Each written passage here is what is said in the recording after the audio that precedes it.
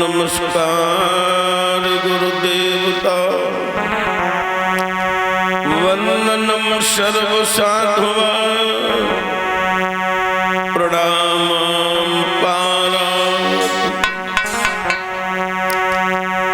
अखंड मंडलाकारं व्याप्तं येन चराचरं तत्पदं दर्शितं येन तस्मै श्री गुरुवे नमः।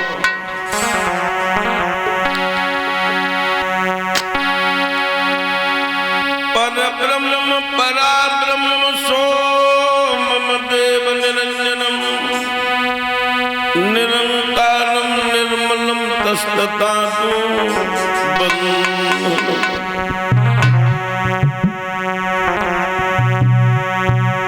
गुरुदेव नाम नाम जिनका सर्व मंगल धाम है, उन परम पूज्य गुरुदेव को मेरा कोट कोट प्रणाम है। राधे मेरी मात ही और पिता मेरे घनश्याम, इन दोनों के चरण में मेरा कोट कोट प्रणाम।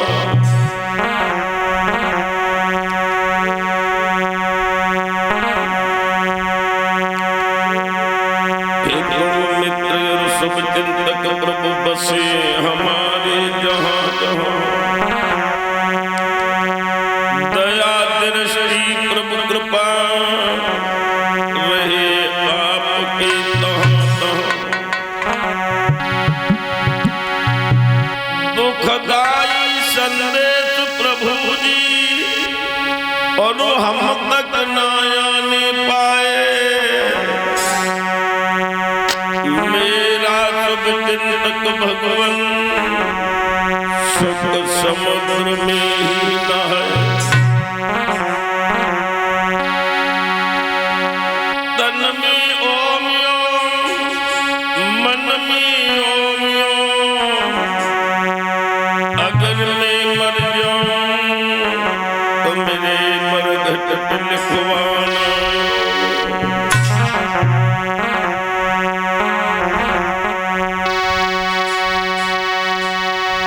गोविंद गाड़ी धीर में और मैं सुमिरत हूँ कोई, पतिलाथी प्रहलाद की प्रभु बही भरोसा।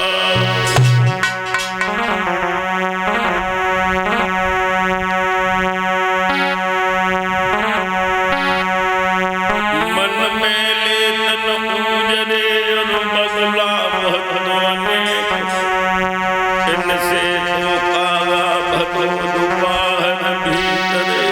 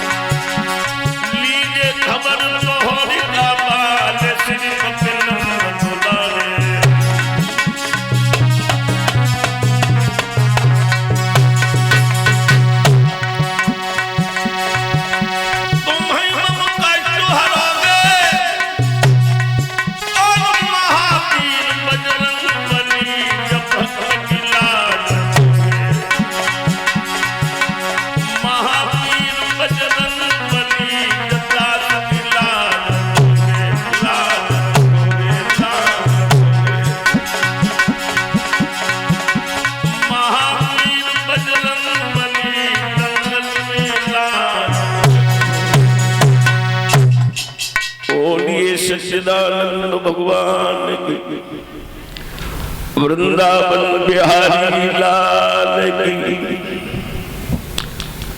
यज्ञ भगवान की, भागवत सप्ताह पुराण की। बोलिए रास बिहारी भगवान की जयकारा। तो मन से लगाओ करो।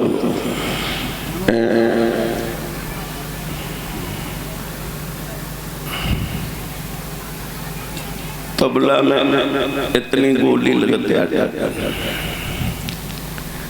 पूरी रात बाएं बाएं तुम इतना बड़ो गोला डाला। भगवान का नाम लेने में कभी कंजूसी नहीं करनी चाहिए। बोलिए रास बिहारी भगवान की। आदरी अतर सरबत से पधारे हुए भगवान के भक्त सीता सुइया सावित्री जैसी भूमि को पवित्र करने वाली हमारी माताएं बहनें व बेटियां कथा प्रांगण में पधारे हुए परम पूज्य संत भगवान आज इस पावन पवित्र स्थान पर स्वाधीन ब्रह्म भगवान मुरली मनोहर की आशीम अनुकंपा के द्वारा ये श्रीमद् भागवत अनुष्ठान का पंचम दिवस। तो हरिहर क्षेत्र मां गंगा के किनारे बैठे श्री व्यास पुत्र सुखदेव अभिमन्यु लाल परीक्षित को कथा का श्रवण करवा रहे हैं। मगर भगवान की कथा सुनने से पहले मन को एकाग्र कर प्रभु के चरणों में लगाए। राधा रानी का आश्रय लेकर के 2 बार ठाकुर जी और किशोरी जी का नाम मुखाग्र चिंता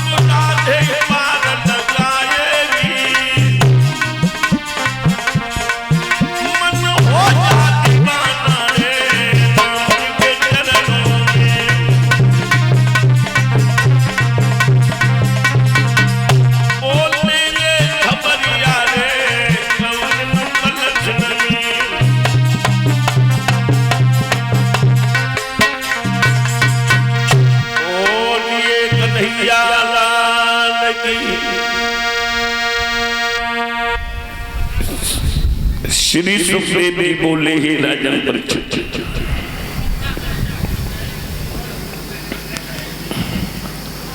बड़ी पावन कथा भक्तों, ये उस समय की गाथा है जिस भक्तों मथुरा में एक बड़े ही आदर्श राजा हुए महाराज आहू के पुत्र उग्रसेन। आहू की पत्नी का नाम है काश्या। प्रिय भक्तों, इन्हीं आहू के पुत्र हुए हैं उग्रसेन। कैसा है ये राजा?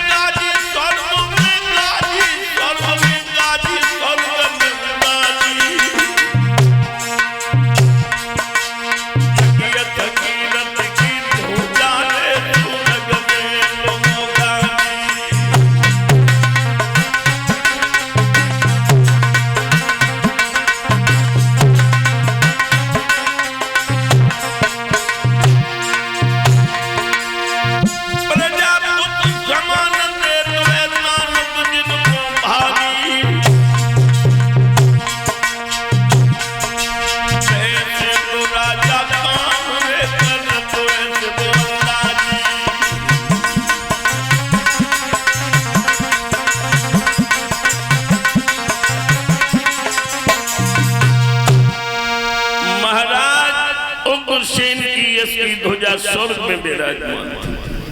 प्रिय भक्तों,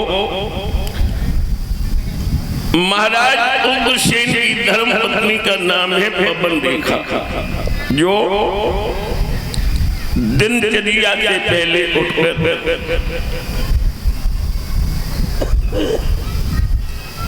अपने पति की चरण वंदना हर पल पति की सेवा में बिताती है। मगर विद्वानों का मत है कि अधिक सुलक्षणी, सुशील, सुंदर, सज्जन स्त्री या तो बांझ होगी, और बांझ नहीं होगी तो उसे कोई रोग होगा।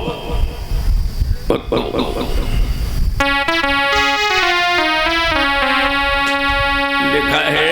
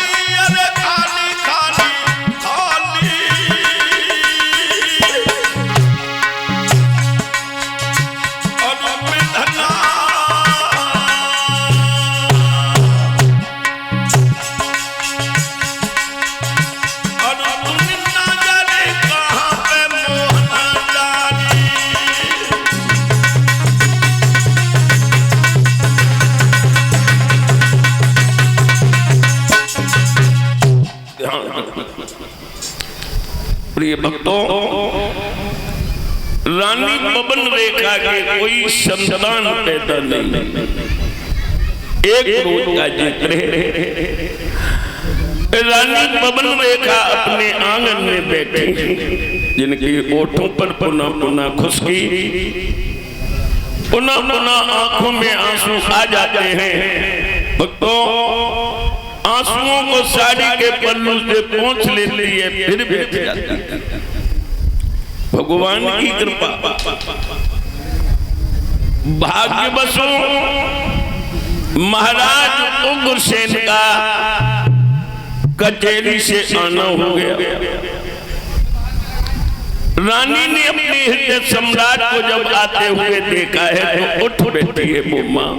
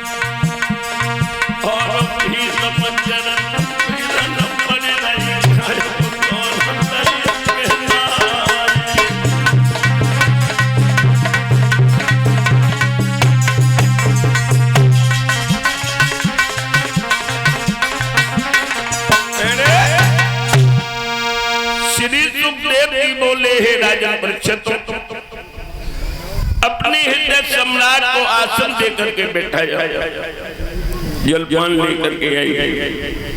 महाराज उग्रसेन की नजर रानी पवन रेखा के चेहरे पर पड़ी, पूछने लगी क्या बात है, आज बड़ा सुस्त नजर आ रही। कहने लगी पिया, इस आंगन में मेरा मन नहीं लग रहा है, मेरा जी ऊब रहा है। अगर कोई मेरे के लायक सेवा हो मैं हाजिर हूँ, बोलो। अरे बताओ भला, तुमने अपनी सेवा से मेरे हृदय को जीत लिया है। कहने लगी अब इस आंगन मुझे अच्छा नहीं लग रहा। क्यों?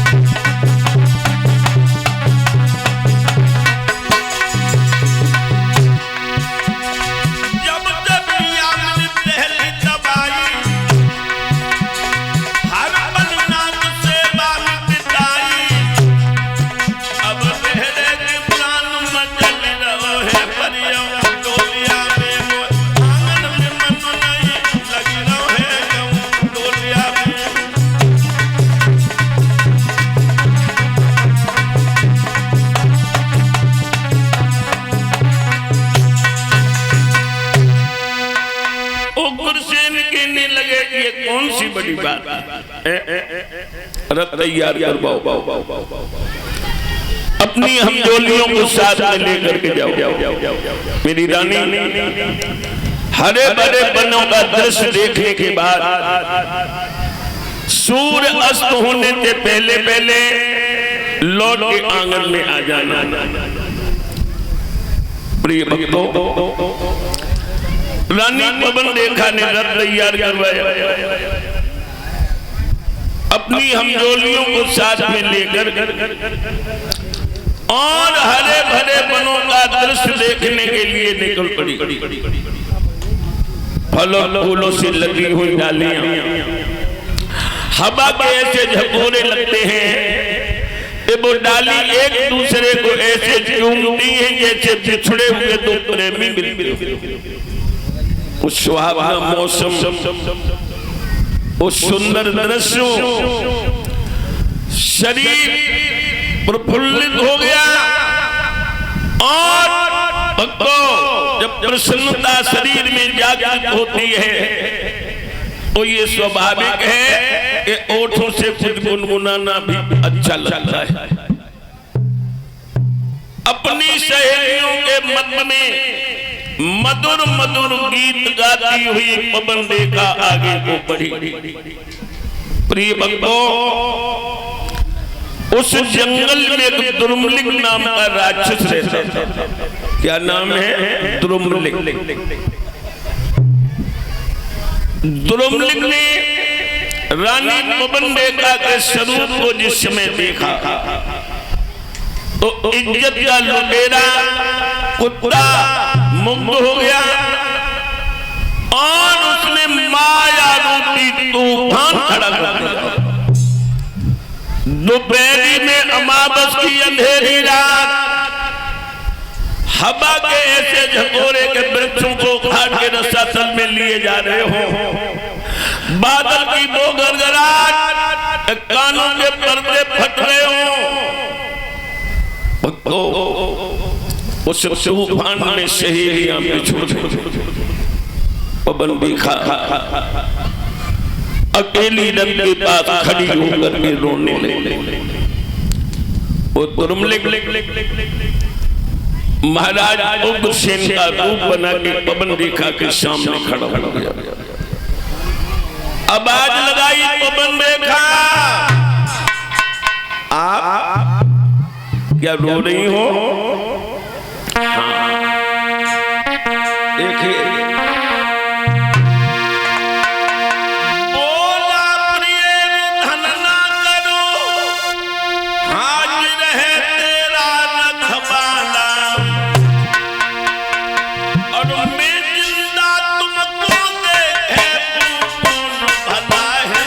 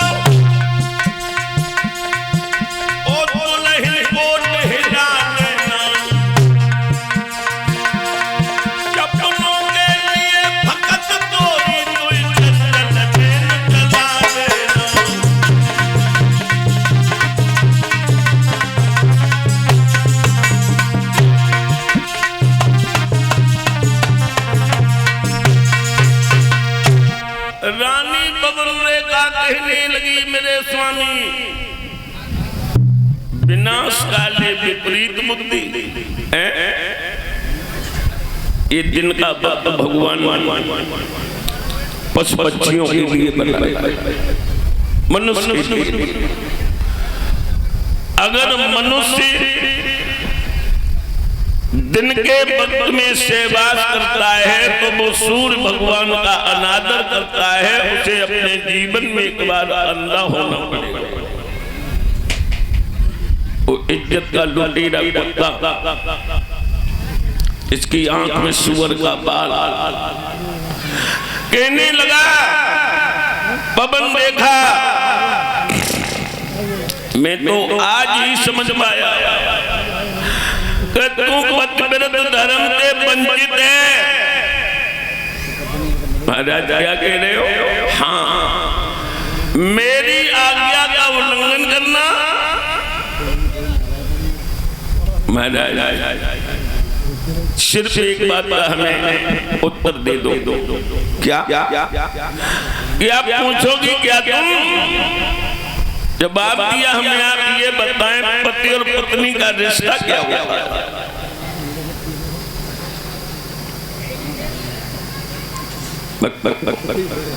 मालूम? अगर मालूम है तो आप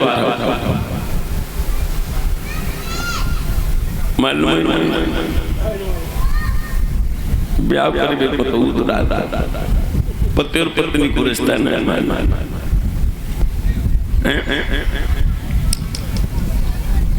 पति होता है राजा, पत्नी होती है मंत्री। ध्यान रखना, पति अगर कोई भी कार्य करता है और उसका ये धर्म बनता है कि सबसे पहले अपने पत्नी की सलाह ले। अगर पत्नी हाँ कर देती है तो मैं लिख करके दे सकता हूं कि 100 नहीं 101% पुकार में सफलता प्राप्त होगी। और अगर मंत्री ने मना कर दिया तो राजपाट चौपट हो जाएगा। सुन लिया क्या? नहीं। कथा करवा रहे हो पनीर मास्टर, मैंने क्या कहा? देखा तुमने झगड़ा कैसे होता घर में? भैंस चराए रहे रोड के किनारे, ग्राहक निकले, भैया भैंस बिक रही है कि हाँ भैंस बेच रही, रुपया गिन ले।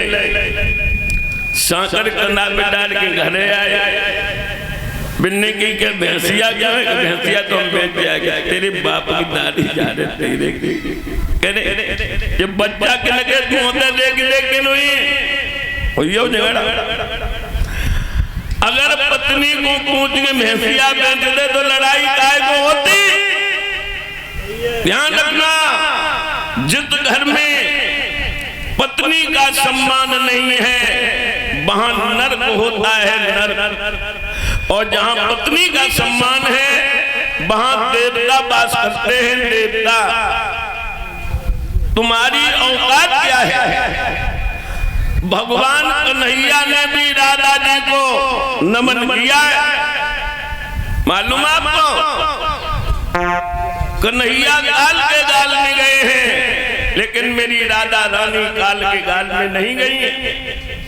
आप किसी ग्रंथ में सिद्ध करके दे दो, जब राधा रानी भगवान से रुष्ट होकर के, नाराज होकर के चली आई तो भगवान द्वारिका से मनाने आए। कहां?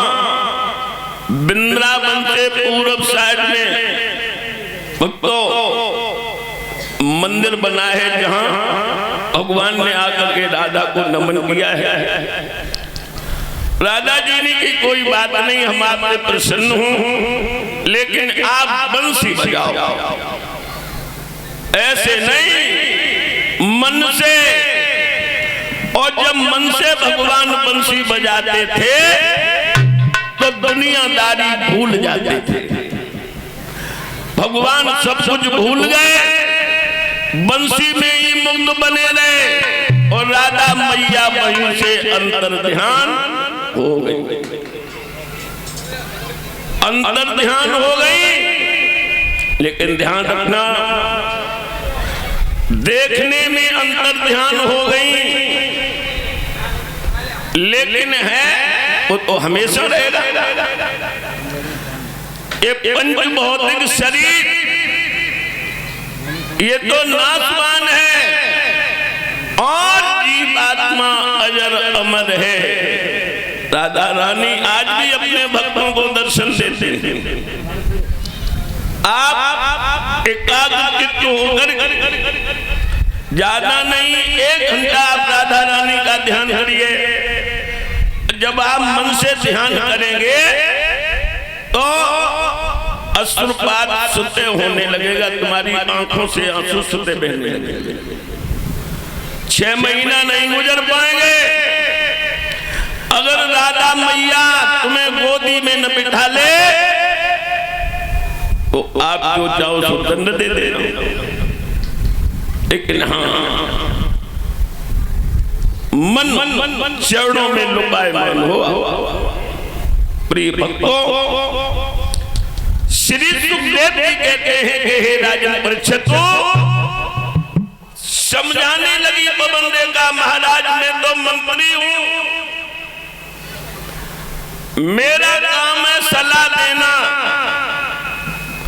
मेरी बात को मानना न मानना ये आपके ऊपर है। अगर मेरे ऊपर है तो सुनिए,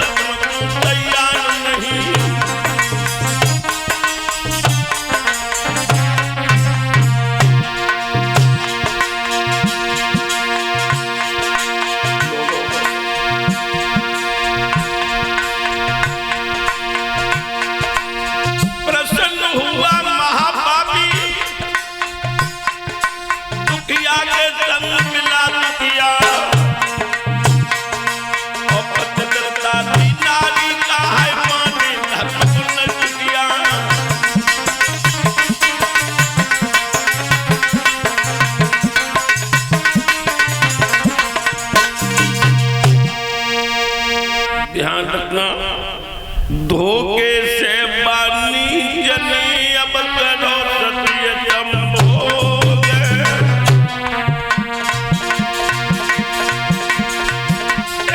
प्रगट हो गया अंत में राक्षस का संयोग।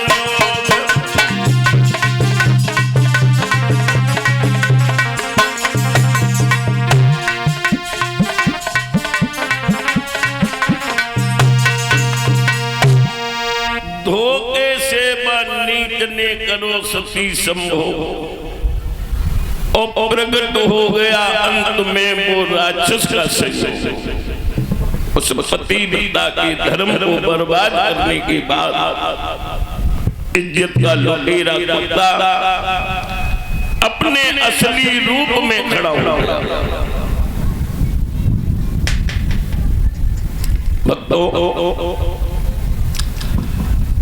पवन रेखा हाथ मलने लगी, उन्हें नीच,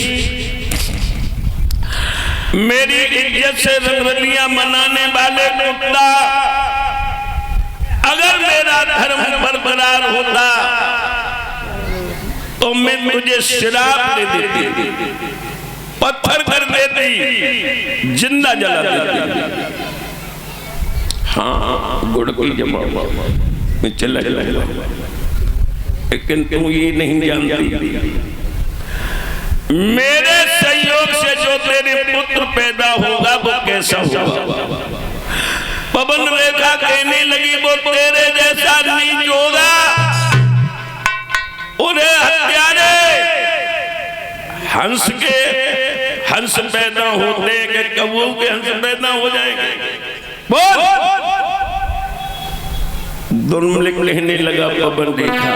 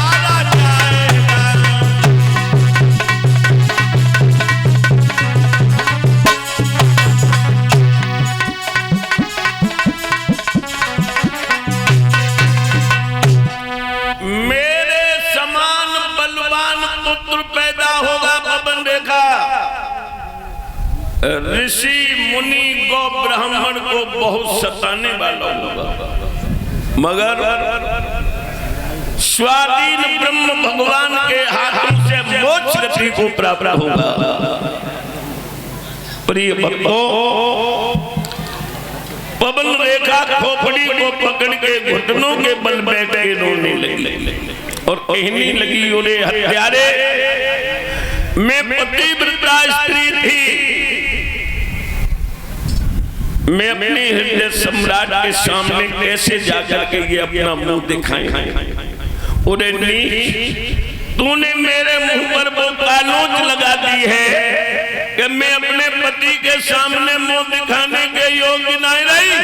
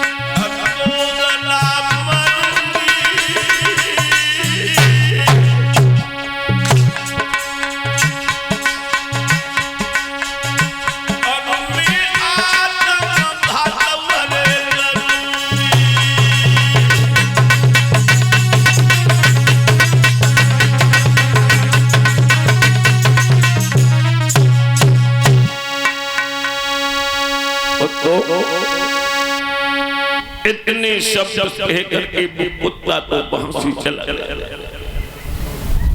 आंधी समाप्त हो गई, विछड़ी हुई सहेलियां आ गई, पूछने लगी, अरे बहना, ये तेरी साड़ी कैसे फट गई, ये श्रृंगार कैसे बिगड़ गया, ओठों की लाली कपोलों पर कैसे आ गया? रानी पवन देखा अपनी सहेलियों से बात छुपाने की कोशिश की है और क्या बोली है, अरे बहना,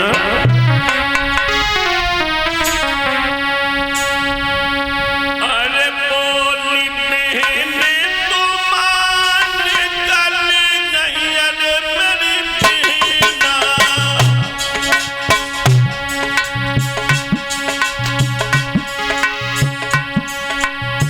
बोली बहने तो मान कर नहीं, अरे मेरी दुनिया, वो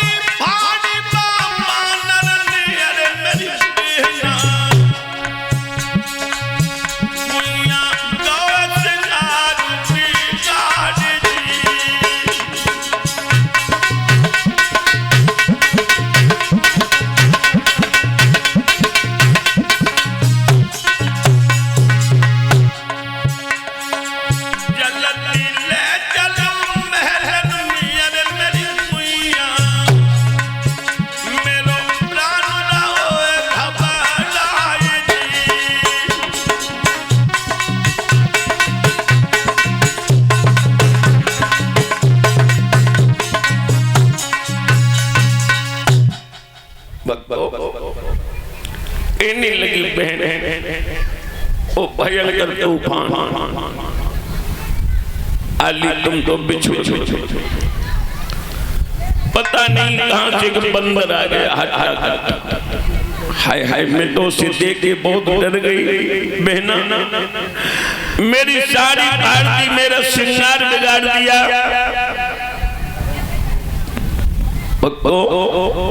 सहेलियां पवन रेखा को लेकर के महलों में आई किसी को कानों कान भनक नहीं चलने दी एक राक्षस ने पवन रेखा के साथ में छल किया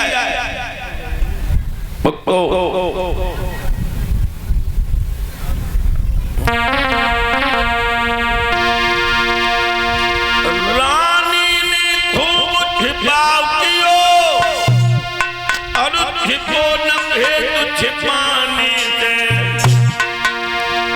और इसका मुस्का की हवा कभी दबती है नहीं दबाने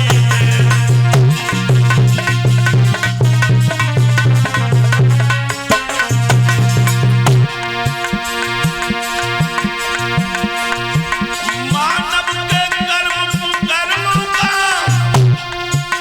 आखिर कितने दिन गुमान हो जागे सुनवा तू असंभव है आग लगे परियो धुआं न हो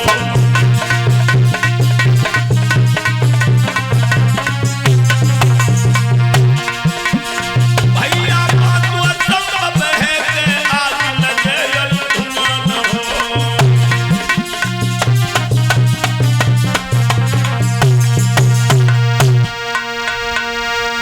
यारे भक्तों इधर पवन रेखा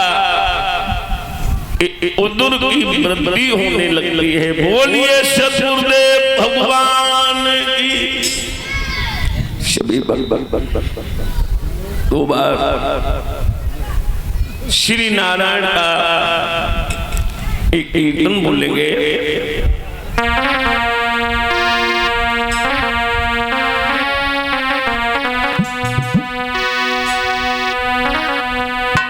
अरे श्याम बड़े निर्मोही वृंदावन छोड़ गए बिहारी वृंदावन छोड़ गए दुनिया वृंदावन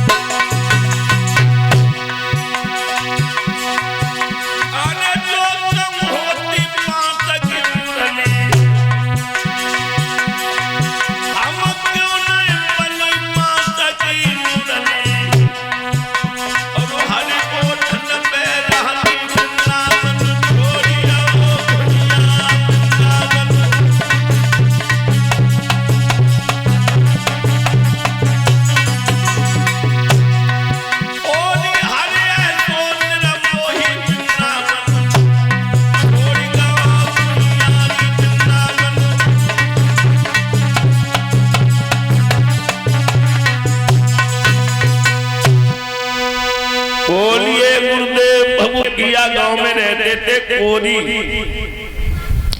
और कोरी जो है सूत काटते, कपड़ा बुनते, मेहनत करते,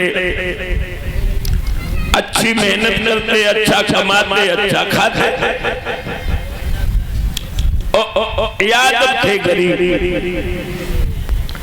यादवन की गरीबी को कारण है इनकी आंखें मुश्किल से 50 साल में तब खुली न, तब तक इनके पलक बिल्कुल बंद रहे। दूसरे की मदद, दूसरे की पंचायत जाके दुनिया ने मदद ना करी तैयार हो। तुम्हें अगर गुस्सा आ जाए और कहूं तो लड़ाई हो तो तुम जो कहते हो होश में हो जा, बुलाए भंगी 20 जूता लगवाए। और जब उनमें लड़ाई होती तब बेकार होश में हो जा, सवेरे जवान बुला जाए और 20 सारे सब्जेक्ट तो अईर बेचारे जो हैं ये परस्वार्थ में बर्बाद रहे। हाँ, कलश वाली कन्याएं बाहर निकलना। और एक बात और ध्यान रखना भक्तों, परस्वार्थ में आकर के इन्होंने अपनी मड़ैया फूंक दी। भक्तों, एक जगह पुराणों में यादवो तुम्हें गाय की उपाधि और दी गई है, गाय की। अब आप लोग सोच रहे होंगे कि यादवों को गाय की उपाधि, हाँ, गाय तो हर घर में लोग पालते हैं। ये बताओ, गाय जब सवेरे तुम दूध बागो निकालते हो तब तुम मगे गोड़ बांधते हो, तुम अच्छो कर बताओ। तुम्हारे घर को पाले, तुम्हारे घर को खर्चा चलाए और बाई के तुम गोड़ बांधो तो तुम जो अच्छो कर देगा। इसीलिए तुम्हें उपाधि दी गई है कि तुमने दूसरे को घर पालो, अपनों खर्च करो, अपनों खाओ। गरीबी का कारण ये। एक कोरी, एक बुद्धि को ध्यान से सुनना, कोरी कम बुद्धि को बिल्कुल सेकंड हैंड खोपड़ी, माह को महीना विकट कोहरा कटे पतलो चले पछया। तो यादव जी टाट की पल्लिया का नाम में डाले जा। अहीर बोलो नम्मतदार राम राम के राम राम राम राम। कोरी बोलो नम्मतदार का नाम का डाले। अहीर बोलो जो तो सेकंड हैंड खोपड़ी को है झुका जाने। कोरी ने पूछी लम्बतदार कंधा पे का डाले।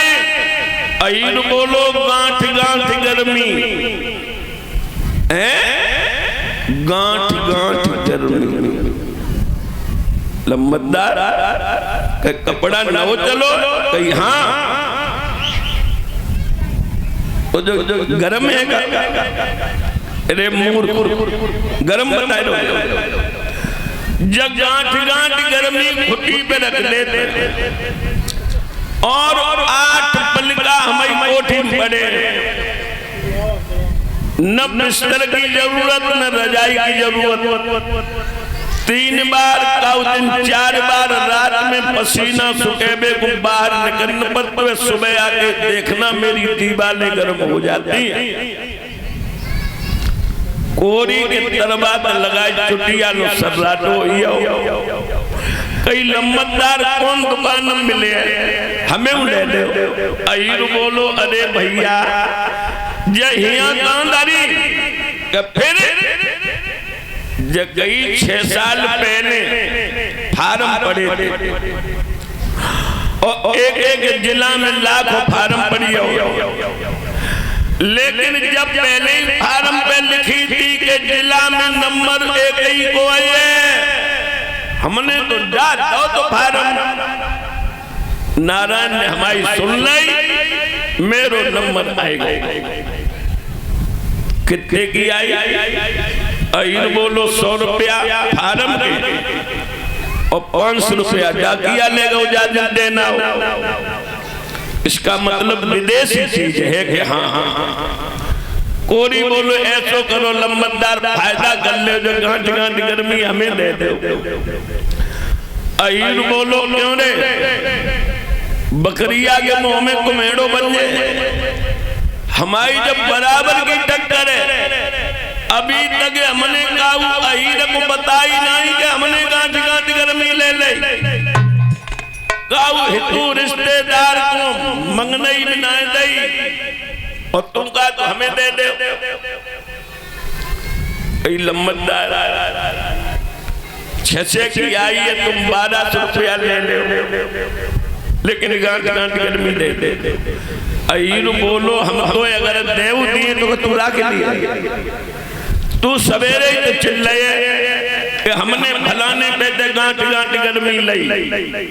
अम्मा के कहू अहीर के कान में आवाज पड़ी है तो मार मार लट्ठन के हड्डन को सुरमा बनाए तुम रात और जब गांठ गांठ गर्मी चली जाए।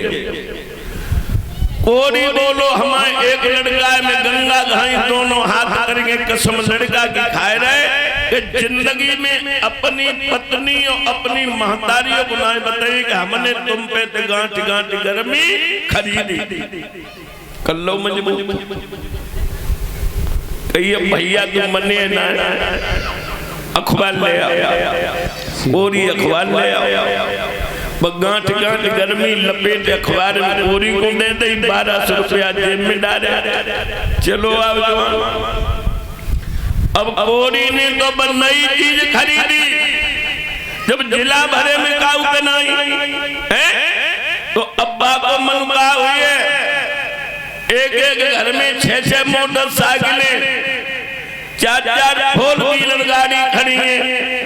तब आज की जो जनरेशन है, अगर कोई लड़का एजेंसी से गाड़ी नीचे उतारे तो घरे बाद में ले जाए। सबसे पहले कौन जाते? ससुराल। हमारी सारी सराजें जानने के तो जीजो मैदान मार। कोरी की घरवाली भी ससुराल। अपनी मातारी से बोलो कि मैया हम ससुराल जा रहे, तेरी बहू को ले बाय। अम्मा बोली लला दिन तो अस्त हुई है सूर्य, और जब भयंकर सर्दी 4 कोस जगह है लला कैसे पहुंचे? कोरी बोलो अम्मा की बात ने दुई लो गैया में ससुराल पहने कपड़ा गांठ गांठ गर्मी सूट के तुम धरी भक्तो दिन हुई वो खत्म। कलश वाली कन्या अगर मेरी आवाज को सुन रही हो, अब कोरी जो है तो बाहर निकल आओ। वो घर से ही वजीफा है, वो तुम आधार कार्ड लेके आइयो, ठीक है? खुद का जाल बजबो शुरू हुई और जब खुद का जाल भजो तो मुश्किल से 1-1.5 किलोमीटर निकल पाओ। गर्मी बढ़ी, पसीना छलको, गर्मी बढ़ी, पसीना छलको। अब कोरी मनई मन में कहे कि बाहर गांठ गांठ गर्मी। सूटकेस में धरी बोली लला 4 बार पसीना सुखो तो लला की खटिया छत पे डाल दे। कोरी की खटिया छत पे पहुंचाई गई। भक्तों सर्दी तो सर्दी है, जैसे ही ठंड लगी सूटकेस में लगाई चाबी और गांठ गांठ गर्मी निकाल के पानी लगाए धरी। पामे कतई गर्मी ना आई, मुंह लगाई दल्लाई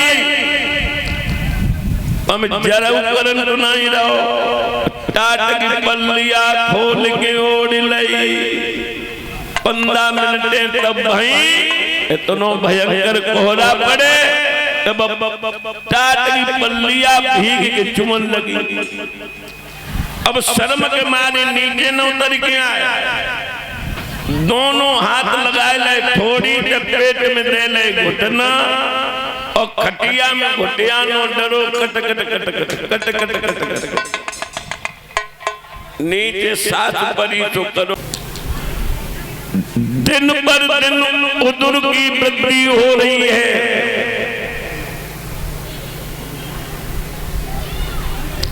और प्रसव काल आ गया है। ध्यान रखना, जब पृथ्वी पे कोई धर्म का पात्र पैदा होता है, भक्तों, जब भगवान का भक्त पैदा होता है तो अच्छे अच्छे दृश्य सामने देखने को मिलते हैं, और जब कोई पापी अत्याचारी भूतल का भार पैदा होता है तो बहुत बहुत बुरे असुर हुआ करते हैं। रानी पवन रेखा ने एक पुत्र को जन्म दिया है, उस वक्त विश्व की हालत निराली हो गई। क्या हुआ है?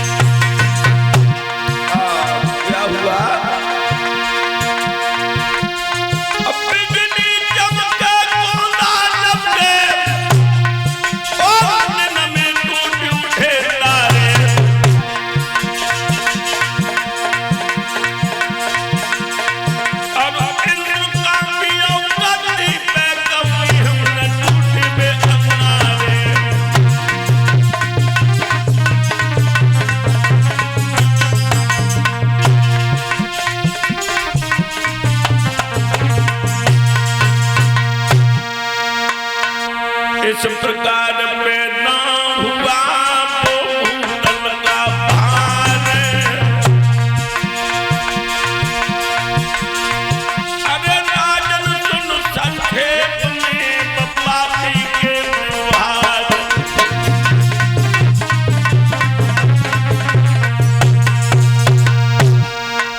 इस प्रकार से रानी पवन रेखा के पुत्र पैदा हुआ।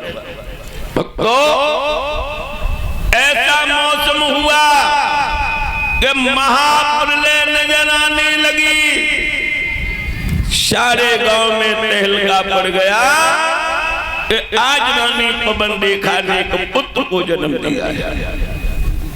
सारे गांव को बधाई देने आया, बातें करती हैं बहना, लला सबके पैदा भाई हाय जी है तो भगवान शनिचर का दिए, विश्व की हालत निराली हुई है।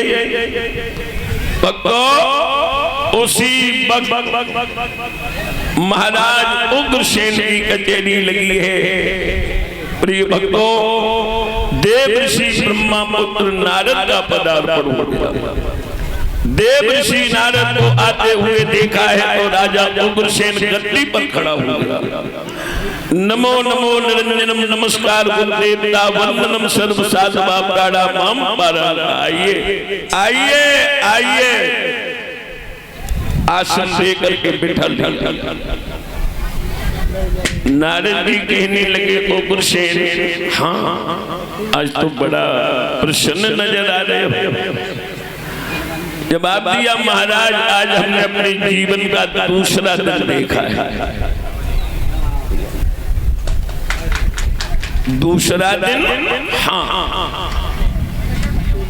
मैं समझा नहीं। कई महाराज मनुष्य जीवन में 3 ही दिन तो महत्वपूर्ण बताए, वो कौन कौन से दिन है भक्तों? जिंदगी में दिन 3 बहुत उन्हीं के लागे। पहलो दिन अच्छो लगे, भास्कर को जल दे रहे हैं और तब तक ये बह करके सामने आ गया। उन्होंने झपट के गोदी में उठा लिया, खुशी के मारे यमुना की पार पे खड़े होकर के महाराज सूरसेन नाचने लगे।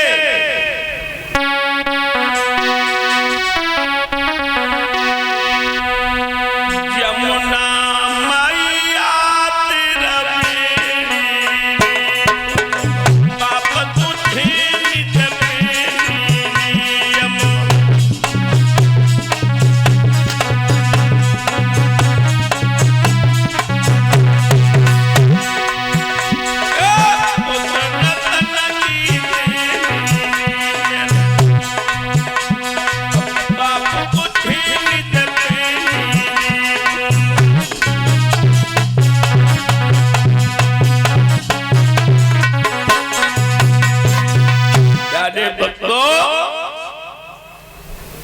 बच्चे को लेकर के सूरसेन अपने महलों में आए।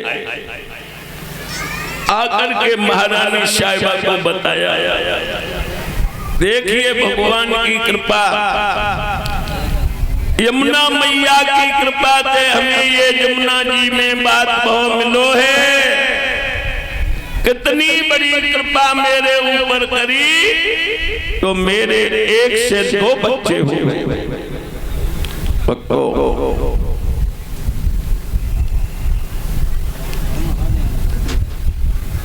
ध्यान रखना,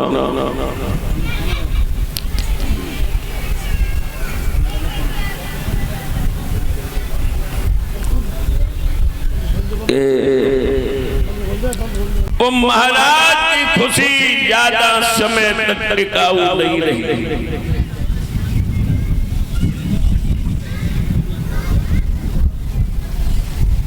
जब बच्चा सियाना हुआ तो जो सूरसेन के पुत्र ही जिनका नाम है वसुदेव, वो तो हैं बहुत दुबले पतले, और ये कंस जो है 18 महीना में जवान।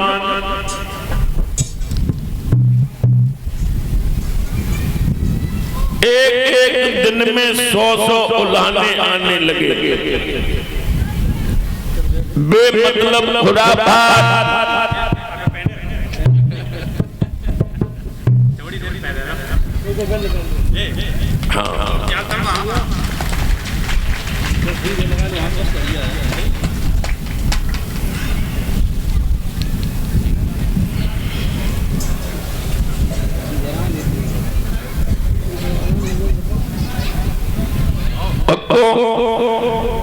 जब एक दिन में 100 उल्हाने आने लगे, तो जितनी खुशी मिलने पर महाराज सूरसेन को हुई उससे 20 गुनी ज्यादा दुख प्रकट होने लगा।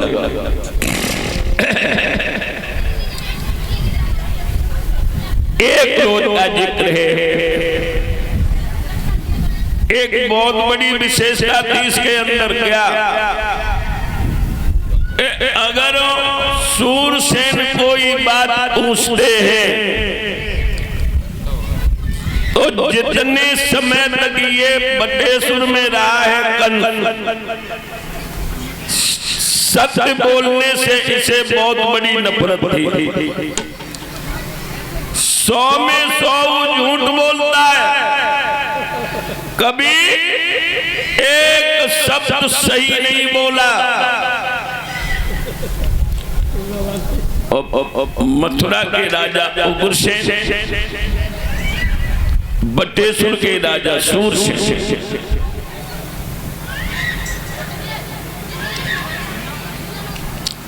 इनकी आपस में मित्रता थी, कोई रिश्ता नहीं था। मित्रता थी मित्रता। एक रोज मथुरा के राजा सूरसेन कहीं से भ्रमण करके लौट रहे थे।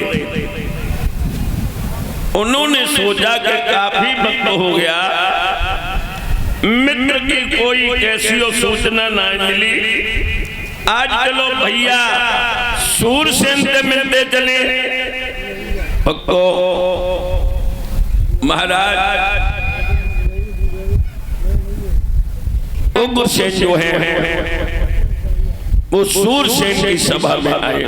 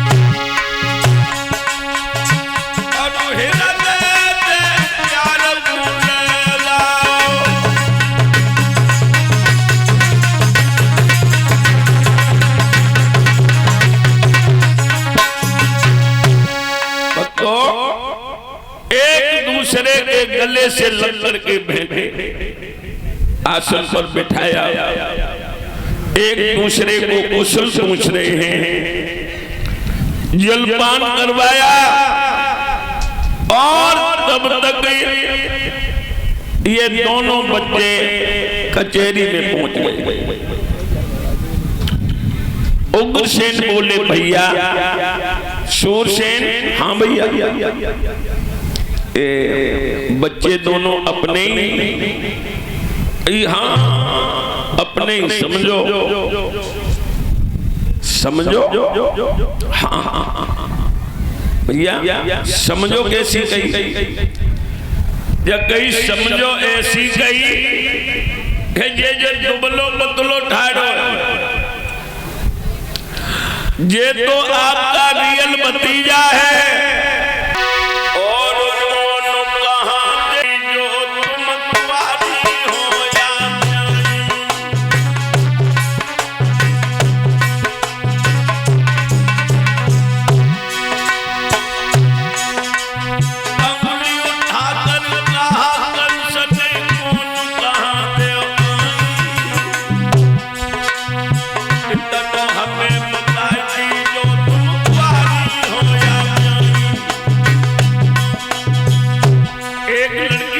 भैया अरे तीन सखी मेरी कुआरी हम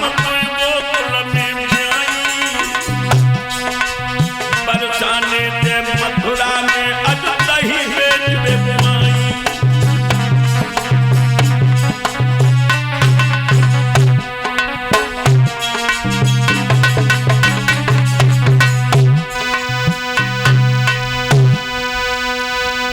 आगे बढ़ भैया और हाथ तेरे तलवार के पीर नगर मेरी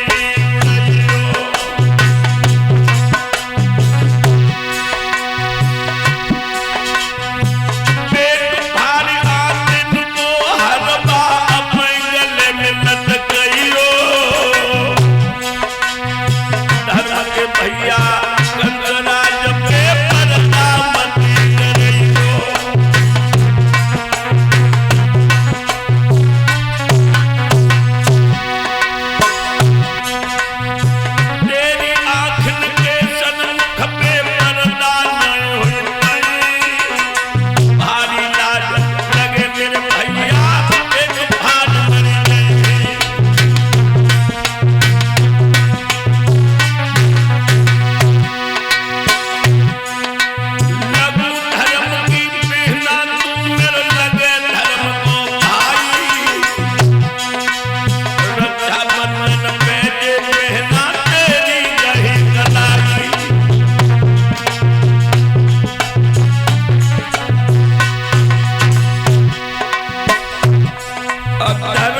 भैया कंसराज तो कभी भुलाए न पाऊं। और भैया देव को परेशान मथुरा में तुम्हें जिमा।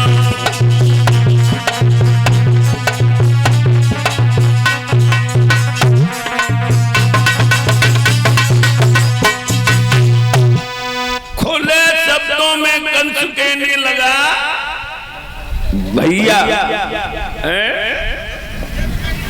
आज हमारे जंगल में फंस गई तो हमें भैया बताने लगी।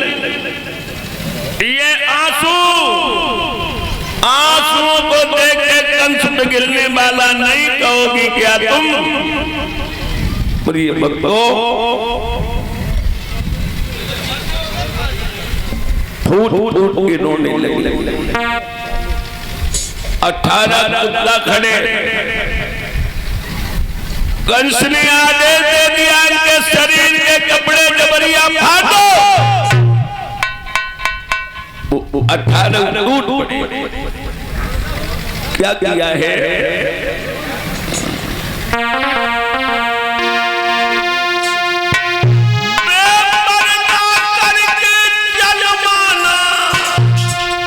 छाती के बल है पृथ्वी पर, वो दृश्य आज वो आता है तो मेरे कंधे पे आते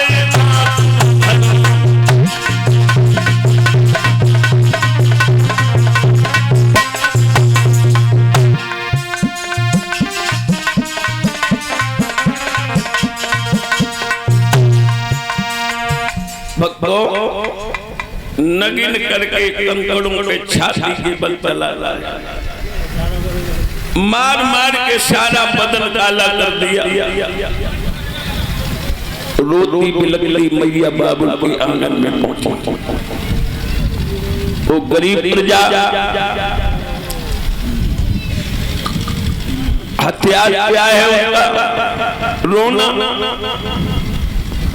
उग्रसेन की सभा में जा के रोने लगे, कहने लगे महाराज देखिए आपके बच्चे ने ये हमारी बेटियों के साथ में क्या व्यवहार किया। भगवान सहारा बन गई हो,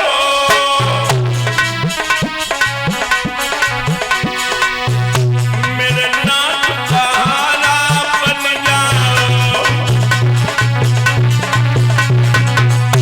भगवान भूमि पे आ जाओ,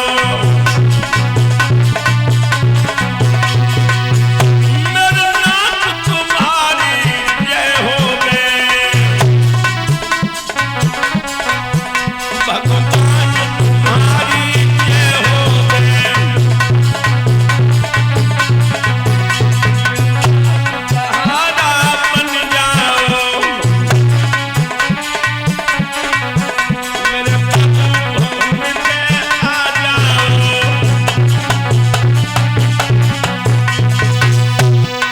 सभी देवता पृथ्वी मैया स्वाधीन सच्चिदानंद ब्रह्म के लिए आह्वान करने लगे।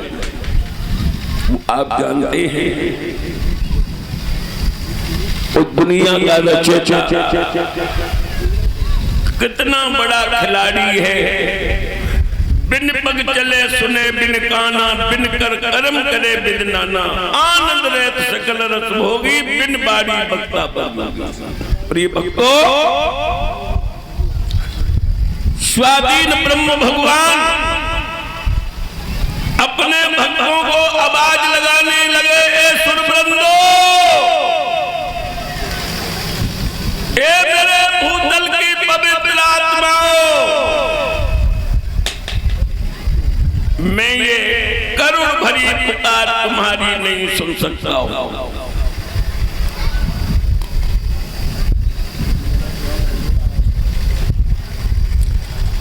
मैं आ रहा हूं, आ रहा हूं, आ रहा हूं।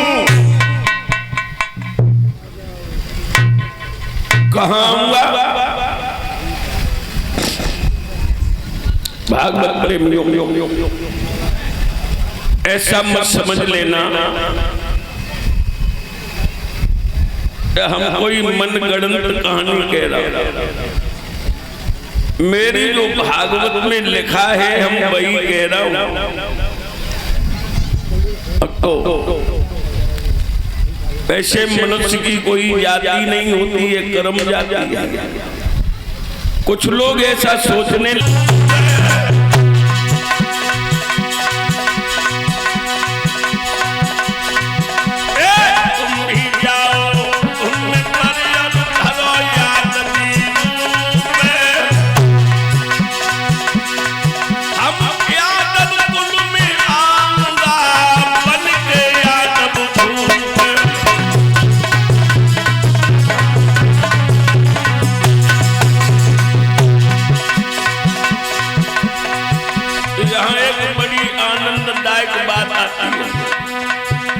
लोग कह दिया करते अहीर देवता भैया बाई जिनसे अहीर देवता कहते लोग बाई जिनसे अहीर देवता कहते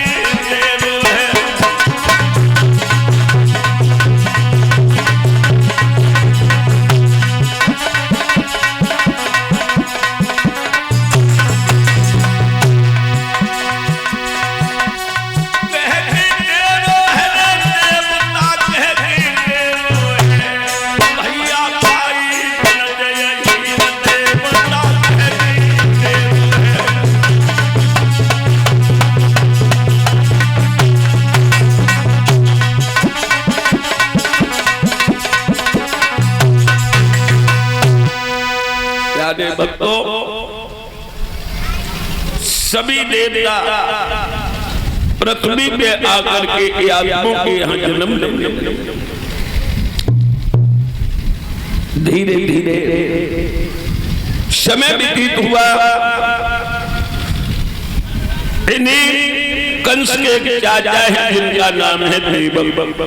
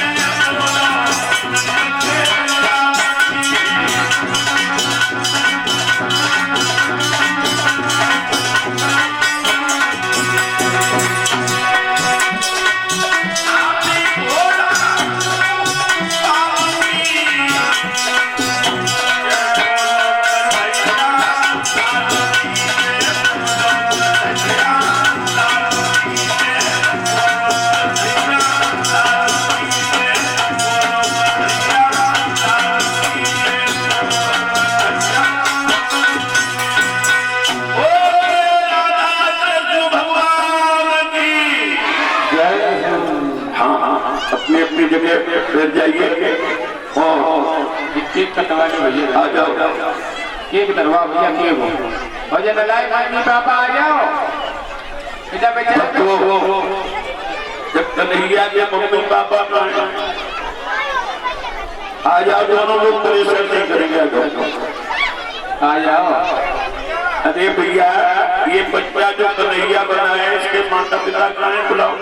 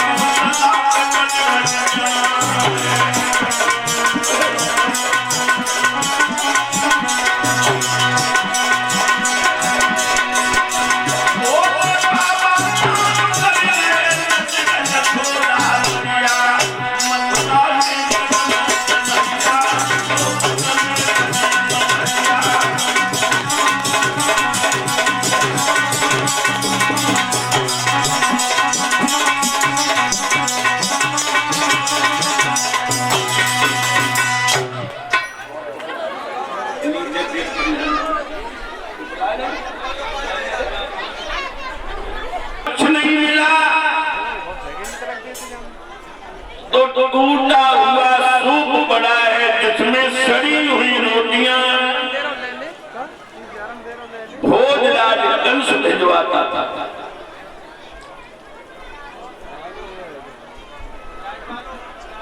बुहार के जो घास सोने में कूड़ा इकट्ठा कर देते हैं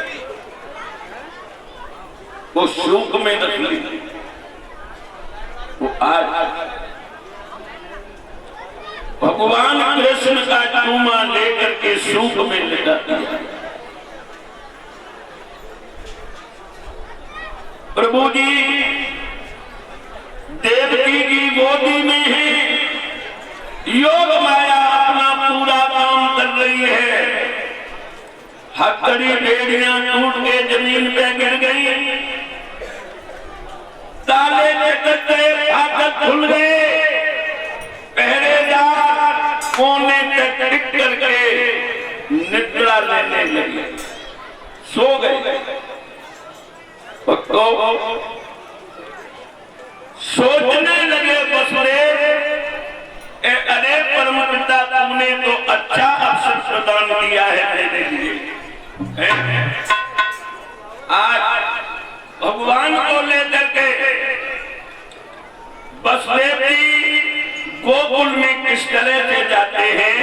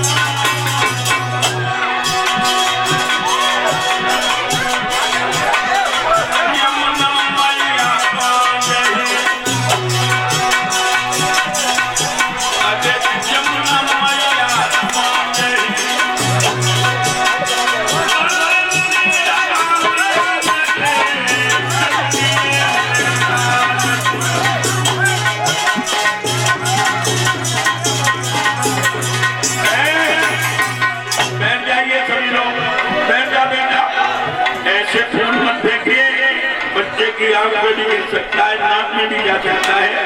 गलत बात ऐसे नहीं करेंगे। खानदान में फेंको फूट।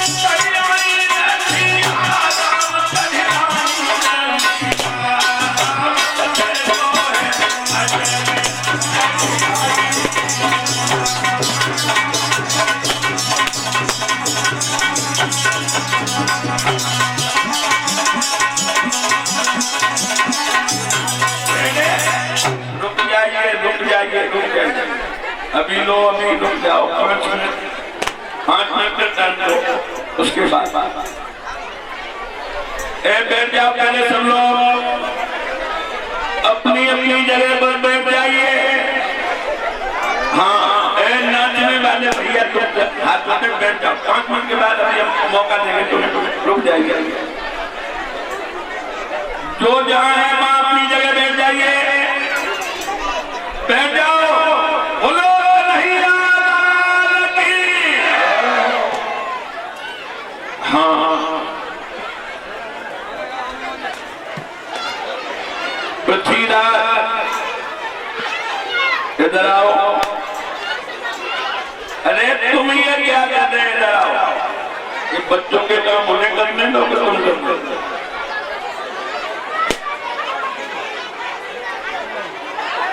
बैठ जाइए। माता बहने, बच्चे, बुजुर्ग, भाई कहाँ जो है, आप अपनी अपनी जगह पर बैठ जाओ, बैठ जाओ।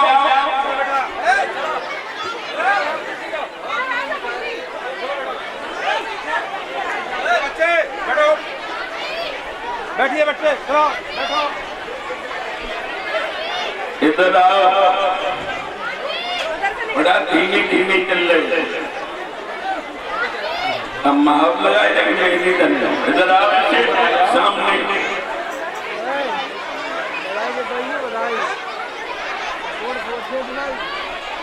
शांति का दान दो। बैठ जाइए।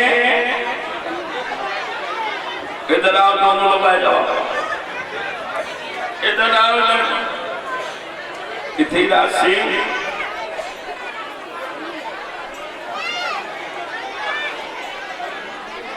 नंदू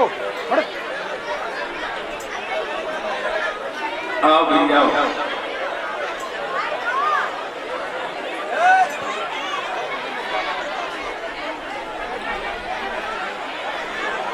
चौथा दिन है, बोलो। चौथा दिन है, 5वां दिन है। 5 दिन में मैंने तुम्हें छेड़ा तो नहीं हुआ।